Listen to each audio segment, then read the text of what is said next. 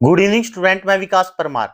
अब आपको साइंस की क्लास रेगुलर मिलेगी, हरियाणा जीके की क्लास रेगुलर मिलेगी, स्टैटिक जीके भी मिलेगी। आप लोगों को करंट अफेयर भी मैं आप लोगों को कराऊंगा, कोई दिक्कत नहीं। बस ये क्लास नोट्स है, वो आप लोगों को राइटिंग अच्छे से समझ नहीं आ रही थी, इसलिए मैंने इनको थोड़ा सा कोशिश की है अच्छे से लिखवाने की। एआई से लिखवाया है इनको, ठीक है। तो स्टार्ट करते हैं। रेपेटाइल्स के बारे में मैंने आपको बता दिया है कि ये रेंग के चलते हैं, ठीक है। रेपेटाइल्स के अंदर चैम्बर की बात करते हैं तो 3 चैम्बर होते हैं। मैंने मत्स्य में 2 चैम्बर बताए थे, मछलियों के अंदर। मैंने एम्फीबियन के अंदर 3 चैम्बर बताए थे। तो रेपेटाइल्स में भी 3 ही चैम्बर होते हैं। इसके अंदर 2 आलिंद होता है और 1 नीले होता है। एक्सेप्शन के अंदर मगरमच्छ होता है, मगरमच्छ के अंदर 4 चैम्बर होते हैं। उसके बाद ये पोक्लियोथर्मा होते हैं, कोल्ड ब्लडेड एनिमल होते हैं। मत्स्य भी कोल्ड ब्लडेड होते हैं, एम्फीबियन भी कोल्ड ब्लडेड, रेपेटाइल्स भी cold blooded, but birds and मत जो मैमल्स होता है वो वार्म ब्लडेड होते हैं, ठीक है। मतलब इनका जो शरीर का तापमान होता है ना, वो मौसम के तापमान के अनुसार बदल जाता है, ठीक है। इसलिए आप लोगों ने देखा होगा कई बार सांप जो होते हैं उनका अलग अलग मौसम होता है तभी वो बाहर निकलते हैं, ठीक है। क्योंकि उनका बॉडी जो का टेम्परेचर अकॉर्डिंग टू मौसम बदलता रहता है। इनकी त्वचा जो होती है शुष्क होती है, ड्राई होती है, क्योंकि इस पर किसी प्रकार की ग्लैंड्स नहीं पाई जाती। हमारी त्वचा में तो ग्लैंड्स आपको पता है भिन्न भिन्न प्रकार की पाई जाती है, जिस पर एपिडल डर्मल सल्क पाए जाते हैं, ठीक है। इनकी इनमें किसी प्रकार की ग्लैंड्स नहीं होती। इनमें जो श्वसन होता है, रेस्पिरेशन जो होता है इनके अंदर, वो जो होता है वो प्रारंभिक अवस्था के अंदर टेडपोल जैसे लार्वा, जैसे जो मेंढक होता है ना, मेंढक मेंढक की स्टार्टिंग की जो अवस्था होती है वो लार्वा होती है, ठीक है। टेडपोल होती है, लार्वा होती है। तब तो वो श्वसन करते हैं गिल्स के द्वारा, और जब वो बड़े हो जाते हैं, अडल्ट हो जाते हैं, तब वो लंग्स के द्वारा श्वसन करते हैं। और आप लोग भी लंग्स के द्वारा श्वसन करते हो, मैमल्स, ठीक है। और आप में लंग्स में जो श्वसन होता है वो किस प्रोसेस द्वारा होता है, तो वो डिफ्यूजन के द्वारा होता है, विसरण क्रिया द्वारा होता है। इसके अंदर रिप्रोडक्शन जो होता है वो इंटरनल फर्टिलाइजेशन होता है। जैसे मैंने आप लोगों को एम्फीबियन में बताया था, एम्फीबियन के अंदर तो एक्सटर्नल वो होता है फर्टिलाइजेशन, लेकिन इसमें इंटरनल होता है। मैमल्स के अंदर मतलब मनुष्य के अंदर भी इंटरनल फर्टिलाइजेशन ही होता है। उसके बाद ये ओवीपैरस होते हैं, मतलब अंडे देने वाले ओवीपैरस होते हैं, बच्चे पैदा करने वाले वीवीपैरस होते हैं, ठीक है। अंडों की पढ़ाई अगर पूछ ली जाए तो अंडों की पढ़ाई ओलॉजी होती है, बर्ड्स के अंडों की पढ़ाई ओलॉजी होती है, और बर्ड्स की पढ़ाई ऑर्निथोलॉजी होती है। ये सारी चीजें आपके एग्जाम के लिए बहुत इंपॉर्टेंट है। ओवीपैरस अंडे देने वाले होते हैं, परंतु कुछ जो होते हैं वो वीवीपैरस होते हैं, जो बच्चे पैदा करते हैं। उसके अंदर एक तो बोआ आता है, एक अजगर आता है, ये याद रखना, बहुत ही इंपॉर्टेंट पॉइंट है। आप लोगों के एग्जाम में इन्हीं में से क्वेश्चन बनेगा, इतना मैं गारंटी दे देता हूं आपको। एग्जाम्पल्स में एक आता टर्टल, एक आता कछुआ। कछुआ और कच्छप में अंतर होता है। जो खेत के अंदर आप लोगों ने देखा हो ना, जो मतलब आपके एक प्रकार से आपकी भूमि की प्रोडक्शन क्षमता बढ़ा देता है, वो कछुआ होता है, ठीक है। घरेलू छपकली जो होती है उसको हाउस लिजार्ड कहते हैं। यूरोमेस्टिक्स होता है, इसका जो हाउस लिजार्ड का वैज्ञानिक नाम होता है यूरोमेस्टिक्स। गो को वेरानस कहते हैं। एक सांप होता है नाग, नाग को नाजा भी कहते हैं। करेत जो होता है सबसे जहरीला सांप होता है।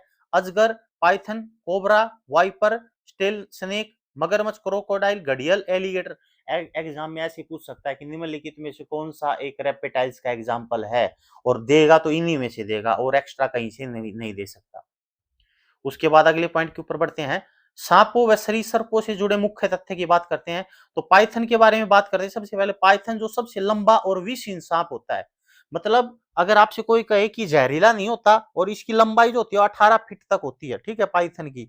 नाग जो होता है जिसको कोबरा कहते हैं, न्यूरोमैटिक्स होता है, मतलब वो जो जहर मतलब काटता है ना, तो सीधा आपका नर्वस सिस्टम को प्रभावित करता है, विषैला सांप होता है। लेकिन इस कोबरा से भी विषैला जो होता है ना वो करेत होता है, याद रखना आप। विषैला सांप होता है, और ये घोंसले बनाने वाला एकमात्र सांप होता है। और ये भी मैं बता देता हूँ, एक कोयल के घोंसले में जाके अंडे देता है।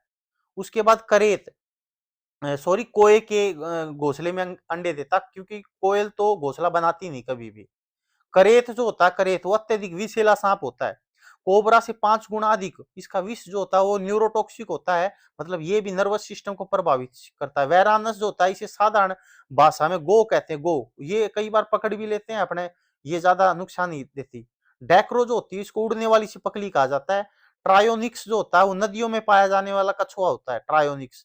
सरीसृप व पक्षियों के बीच की कड़ी जो लिंकेज होता है वो आर्क्योपैट्रिक होता है। मतलब क्या होता है, मतलब ये होता है बच्चों, मतलब स्टार्टिंग में कोई भी चीज पहले मछलियां थी, मछलियों से वो एम्फीबियन बन गई, एम्फीबियन से रेप्टाइल्स बन गई, रेप्टाइल से बर्ड्स बन गई। तो इसका मतलब जो आर्कियोपैट्रिक था ना, आर्कियोपैट्रिक ये पहले रेंग के चलता था, इसलिए इसको आप रेप्टाइल्स बोलते थे, ठीक है। लेकिन इसने उड़ना सीख लिया क्योंकि इसके अंदर फीदर्स होते हैं, पंख होते हैं, इसलिए इसको आप पक्षी भी कहते हैं। तो पक्षियों के बीच में और जो रेप्टाइल्स के बीच में लिंकेज का काम करता है वो आर्कियोपैट्रिक होता है। और that's very very important question. एक क्वेश्चन ये भी आता है, निम्नलिखित में से कौन सा ऐसा पक्षी है जिसकी बीक में दांत पाए जाते हैं? वैसे पक्षियों की बीक जो होती है ना, चोंच, उसमें दांत नहीं पाए जाते, लेकिन ये आर्कियोपैट्रिक एक ऐसा पक्षी है जिसकी बीक में दांत पाए जाते हैं, ठीक है। देखो ये रहा क्वेश्चन भी, पक्षी जैसे और चोंच, मतलब पक्षियों के लक्षण कैसे है, इसमें जो सरीसृपों जैसी होती है, सरीसृप के लक्षण तो इसमें ये है कि इसके अंदर लंबी पूंछ होती है, ठीक है। और पक्षियों के लक्षण इसमें क्या होते हैं, इसके अंदर पंख होते हैं। सबसे ज्यादा जीने वाला जो जीव होता है वो कछुआ होता है, 450 से 500 साल तक जीता हो। उसके बाद एविज, एविज को कहते हैं आप पक्षी, पक्षी वर्ग को कहते हैं एविज, ठीक है। पक्षियों की पढ़ाई मैंने बताई थी, ऑर्निथोलॉजी कहलाती है। उसके बाद ये नियत तापी होते, मैंने बताया था वार्म ब्लडेड होते, लेकिन ये वाला पॉइंट याद रखना, ओमोथर्मस, होम्योथर्मस होता है, मतलब इनका शरीर का टेम्परेचर जो होता है बाहरी तापमान के अनुसार बदलता नहीं है। कभी आप लोगों ने पक्षियों को ऊपर उड़ते हुए कोट पहन के उड़ता हुए देखा है? नहीं ना, क्योंकि बॉडी है अपना, मनुष्य है, मनुष्य का शरीर का टेम्परेचर कितना रहता है, 37 डिग्री सेल्सियस, चाहे सर्दियां में हो चाहे गर्मियां में हो। इसका मतलब उसके शरीर के ऊपर टेम्परेचर का इफेक्ट नहीं पड़ता। वो तो हम जानबूझ के पहनते हैं कोट वगैरह, अगर आप नंगे भी घूम लेंगे ना तो अपना कोई दिक्कत को नहीं हो भाई। उसके बाद चैम्बर कितने होते हैं, इसके अंदर 4 चैम्बर होते हैं। शरीर की बनावट में क्या क्या होते हैं, इनके तीन तीन भागों में विभाजित होते हैं इनकी बॉडी, एक तो सर में, एक गर्दन में, एक धड़ में। धड़ को क्या कहते हैं, ट्रंक के अंदर, ठीक है। अगर पाद, जो इसके आगे वाले पाद होते हैं, मतलब पंख होते हैं, पैर होते हैं, वो पंखों में रूपांतरित हो जाते हैं। जबड़े, इनमें दांत नहीं होते, मैंने बताया था पक्षियों में दांत नहीं पाए जाते। श्वसन फेफड़ों द्वारा, फेफड़ों से वायु कोष जुड़े होते हैं, जो उड़ते समय अतिरिक्त ऑक्सीजन प्रदान करने का काम करते हैं, और जिससे शरीर इनका क्या हो जाता है, लाइट हो जाता है, हल्का होता है, जिसमें उड़ने में मदद मिलती है इनको। इनके उत्सर्जन के बारे में बताता हूँ। पक्षी अपशिष्ट रूप में, मतलब एक प्रकार से उत्सर्जन के रूप में जो गला सड़ा चीज है उसको, यूरिक एसिड को निकालते हैं। और इनमें मूत्राशय नहीं होता, यूरिनरी ब्लैडर नहीं होता। अगर होता तो ये भारी होता तो उड़ नहीं पाते ये, ठीक है। लेकिन अपने अंदर तो होता है, यूरिनरी ब्लैडर होता है जहाँ पे मूत्र इकट्ठा होता है। ध्वनि यंत्र, इनमें जो ध्वनि है, पक्षियों में तो सैरिंग्स होते हैं और मनुष्य के अंदर फेरिंग्स होते हैं। मनुष्य के अंदर फेरिंग्स, पशुओं, पक्षियों के अंदर सेरिंग्स होते हैं, ठीक है। ये पॉइंट याद रखना। प्रमुख पक्षियों की बात बात करते हैं तो कबूतर, कबूतर कुपीगन, गोरिया, मैना, मोर, तोता, ऑस्ट्रिच, एम्यू, कीवी। अच्छा, कई पक्षी ऐसे होते हैं जो उड़ नहीं सकते, तो पेपर में क्वेश्चन पूछेगा कि कौन कौन से ऐसे पक्षी जो उड़ नहीं सकते, फ्लाइटलेस बर्ड। तो उसमें एक तो होता है ऑस्ट्रिच, ये ऑस्ट्रेलिया और अफ्रीका में पाया जाएगा। कीवी न्यूजीलैंड में पाया जाएगा। एक ईम्यू, EMU, ये इमू, ये एक पेंगुइन चिड़िया जो होती है। एक कैसोवरी होता है, इनमें कील एब्सेंट होती है, जो छाती व हड्डी है जो पंखों को जोड़ती है, मतलब जो उड़ने में इनकी मदद करती है, वो एक कील होती है, वो एक हड्डी होती है जो इनके अंदर प्रेजेंट नहीं होती, बाकी पक्षियों के अंदर प्रेजेंट होती है। सबसे लंबा जीवन काल वाला पक्षी अगर पूछे तो तोता होता है, 140 से 165 साल। विश्व का सबसे बड़ा पक्षी पूछे तो शुतुरमुर्ग। और सबसे बड़ी सैल भी होती है शुतुरमुर्ग कंडी की, होती है 170 mm, ठीक है। और सबसे छोटी सेल होती है, वो होती है माइकोप्लाज्मा, 0.1 माइक्रोन से लेके 0.5 माइक्रोन के बीच में पाया जाएगा, ठीक है। विश्व का सबसे छोटा पक्षी अगर पूछे तो हमिंग बर्ड होता है, इसी को गुंजन पक्षी कहते हैं, और ये उड़ नहीं सकता बिल्कुल भी, पीछे की ओर मतलब चलता है एक प्रकार से। हमिंग बर्ड, हमिंग बर्ड तो उड़ सकता, सॉरी भैया, ये तो उड़ सकता है, ये पीछे की ओर उड़ने वाला पक्षी है। उसके बाद सबसे तेज उड़ने वाला पक्षी अगर पूछा जाए तो स्विफ्ट बोलेंगे। स्विफ्ट गाड़ी जो होती है ना, वह भी तेज चाल है। तो अबाबिल भी कह सकते हैं हिंदी में, स्विफ्ट भी कह सकते हैं। ऑर्निथोलॉजी पक्षियों का, अच्छा एक चीज का और ध्यान रखना, सबसे आलकसी अगर बर्ड्स पूछ लिया जाए तो उसका आंसर होता सोथे, SOTHE। ये पूरी की पूरी जिंदगी ना उल्टे लटक कर काट दे हो अजीब इंसान ना बताइयो। ऑर्निथोलॉजी पक्षियों का अध्ययन, Birdman of India Salim Ali को कहा जाता है। उसके बाद मैमल्स के बारे में बात करते हैं। इसके मैमल्स में कितने चैम्बर होते हैं, 4 चैम्बर होते हैं। मैमल्स में 4 चैम्बर। आप लोग किस में आते हो, मैमल्स में आते हो। ये वार्म ब्लडेड होते हैं, स्ट्रेटियोथर्मल होते हैं, भारी तापमान बदलने पर शरीर का तापमान निश्चित रहता है। ये डाइफोडेंट होते हैं, ये याद रखना। इनमें 2 बार दांत निकलते हैं जिंदगी में, एक तो स्थायी दांत, एक दूध के दांत। दूध के दांत कितने होते हैं? 20। स्थायी दांत कितने होते हैं? 32। ठीक है।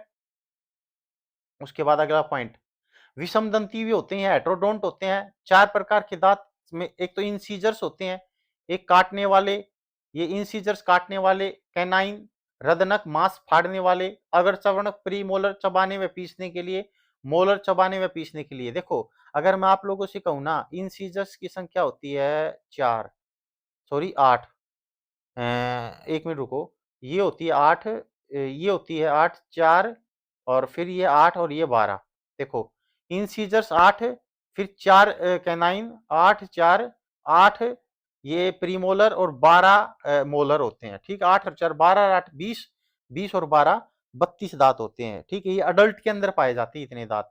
ठीक है, और याद रखना अगर मैं आप लोगों से कहूं कि जो बच्चे होते हैं ना, बच्चे, उसको ये वाले दांत नहीं होते, मोलर प्रीमोलर नहीं होते। तो 8 और 4 12, और ये भी 8 होते हैं, 8 4 और 8 होते हैं। ये 8 4 और 8 ये तो होते हैं बच्चों के अंदर दूध के दांत। ठीक है, और अगर 8 4 8 और 12 की बात करते हैं तो अडल्ट के अंदर होते हैं। ये जो 12 दांत होते हैं इनको 3 भागों में डिवाइड किया गया, 4 4 4। ये आखिरी वाले जो 4 होते हैं ना, इसको कहते हैं विजडम टीथ। विजडम टीथ बोले तो अक्कल दाढ़ कहते हैं। अक्कल दाढ़ का मतलब 17 से 21 साल की उम्र में निकलती है, और ये अक्कल दाढ़ एक प्रकार का वेस्टिजिनियल ऑर्गन्स होता है, ऐसा ऑर्गन जिसका प्रयोग पहले होता था, अब नहीं होता। और अब अगर होता भी है ना तो कुछ समय के बाद खत्म हो जाएगा। ठीक है, उसके बाद है आरबीसी, इनकी गोलाकार और केंद्रक रहित होती है, मतलब इनके आरबीसी के आरबीसी में न्यूक्लियस नहीं पाया जाता, ये पॉइंट याद रखना। ठीक है, इनकी आरबीसी में क्या नहीं पाया जाता? न्यूक्लियस नहीं पाया जाता। उसके बाद कपाल तंत्रिका कैर्निवल नर्व, इनमें कितनी होती है? 12 जोड़ी। ठीक है, कितनी होती है? 12 जोड़ी कैर्नियल नर्व होती है। कपाल तंत्रिकाएं होती है, और तंत्रिका तंत्र ये जो आपकी पीछे वाली होती है, ये कितनी जोड़ी होती है? ये आप लोग मुझे कमेंट बॉक्स में बताना जरूर। ये तो कार्नियल नर्व होती है 12 जोड़ी कपाल तंत्रिकाएं। उसके बाद स्तनधारियों का वर्गीकरण, क्लासिफिकेशन, ये 3 प्रकार के होते हैं, प्रोटोथीरिया, मेटाथीरिया और यूथीरिया। और यूथीरिया, ये 3 प्रकार के होते हैं। प्रोटोथीरिया के एग्जाम्पल की बात पूछेगा तो सबसे पहले बता देना एकिडना, कई बार एग्जाम में आ चुका है एकिडना। फिर एक पेलीटिप्स, पेलीटिप्स, और एक है डकबिल, ये डकबिल पेलीटिप्स एक ही होता है, इसको इंग्लिश में भी याद रख लेना, और ये इनका नाम है। ठीक है, और मोनोट्रिम, मोनोट्रिम भी है। ये सारे के सारे ओवीपेरस होते हैं, मतलब ये एक प्रकार से अंडे देने का काम करते हैं। प्रोटोथीरिया कहते हैं इसको, ओवीपेरस अंडे देने वाले होते हैं। मेटाथीरिया में बच्चे तो पैदा करते हैं बट पूर्ण विकसित बच्चे पैदा नहीं करती, इमैच्योर ऑफस्प्रिंग होती है, जन्म देते हैं। जैसे कंगारू हो गया, और कंगारू जिस थैली में बच्चे देता है उसको मार्सुपियल की थैली कहते हैं। एग्जाम्पल में देख लो, एक तो कंगारू, एक डाइडेलिप्स। ठीक है, उसके बाद यूथीरिया, भाई साहब बता देता हूं, इसे बाहर पेपर में नहीं आएगा, पूरा का पूरा बता रहा हूं आप लोगों को। विविपेरस यूथीरिया, ये पूर्ण विकसित बच्चे पैदा करने वाले स्तनधारी होते हैं, इसमें मनुष्य, कुत्ता, ये सब कुछ आते हैं, आप लोग भी इसी के अंतर्गत आते हो। ठीक है, उसके बाद इंपॉर्टेंट फैक्ट के ऊपर बात करता हूं मैं। सबसे लंबा गर्भकाल किसका होता है? सबसे लंबा गर्भकाल होता है हाथी का, लगभग 22 से 24 महीने का गर्भकाल होता है। सबसे बड़ा स्तनधारी कौन है? Blue whale. ठीक है, ब्लू व्हेल को मछली मत मान लेना आप लोग, ये स्तनधारी सबसे बड़ा, लंबाई 32 मीटर, भार 150 टन होता है। सबसे छोटा स्तनधारी श्रीव होता है, छुछुंदर, 2.5 ग्राम का होता है। उड़ने वाला स्तनधारी चमगादड़ बैट या प्रासरव तरंगों का प्रयोग करता है, उड़न लोमड़ी भी कहते हैं। प्रासरव तरंगे आपको पता है कि 3 प्रकार की तरंग होती है, 20 हर्ट्ज की बात होती है, और एक 20,000 हर्ट्ज की बात होती है। तो 20 हर्ट्ज से नीचे की जो साउंड होती है उसको असरव तरंग कहते हैं, और 20,000 से ऊपर की प्रासरव तरंग कहते हैं, और 20 हर्ट्ज से 20,000 के बीच की जो होती है उसको सरव तरंग कहते हैं। और जो आपकी आवृत्ति होती है उसको हर्ट्ज में मापते हैं, और साउंड को, स्पीड ऑफ साउंड को, इंटेंसिटी को आप डेसिबल में मापते हैं। इस पॉइंट को भी याद रखना, इंपॉर्टेंट पॉइंट है सारे। सबसे बड़ा स्थलीय जंतु पूछे तो हाथी है। वास्तविक मछली पूछेगा, इनमें से कौन सी मछली है और कौन सी अवास्तविक मछली है? तो पहली बात तो वास्तविक मछली में एक तो डॉग फिश होती है जिसको हिप्पोकैम्पस कहते हैं, टोरपीडो भी इसका नाम होता है। फ्लाइंग फिश होती है एक समुद्री घोड़ा, समुद्री घोड़ा कह लो चाहे डॉग फिश कह लो, एक ही बात होती है। फ्लाइंग फिश क्या है? मछली है। टोरपीडो स्कोलिडोन मछली है। मछली को कौन सी नहीं है? करे फिश, करे फिश मछली नहीं, आर्थ्रोपोडा के अंतर्गत आती है।